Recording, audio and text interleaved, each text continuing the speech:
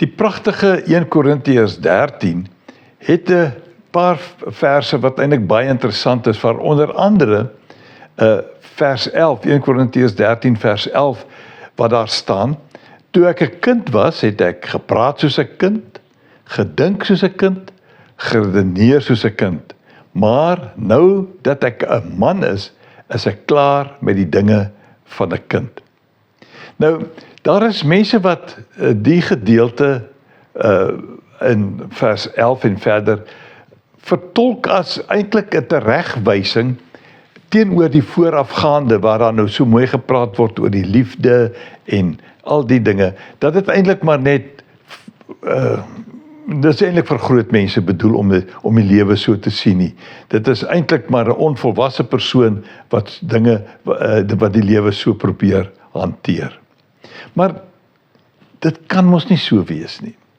Ek dink Efesiërs 4 vers 13 tot 14 gee vir ons eintlik die regte verstaan van wat hier gesê word. So sal ons uiteindelik almal kom tot die werklike eenheid in ons geloof en in ons kennis van die Seun van God. Dan sal ons, sy kerk, soos 'n volgroeide mens wees, so volmaak en volwasse soos Christus. Dan sal ons nie meer kinders wees nie. Ons sal nie meer soos golwe op en af en heen en weer geslinger word deur elke wind van dwaalleer, as vals leraars ons met hulle slinksheid en listigheid op dwaalweë wil wegvoer nie. Hier in 1 Korintiërs 13 sê Paulus, ons het 'n tyd om as kinders deur die lewe te gaan. Maar 'n volwasse mens moet dit anders sien, moet dit anders hanteer. En 'n volwassene behoort op 'n volwasse manier te leef en die lewe te hanteer.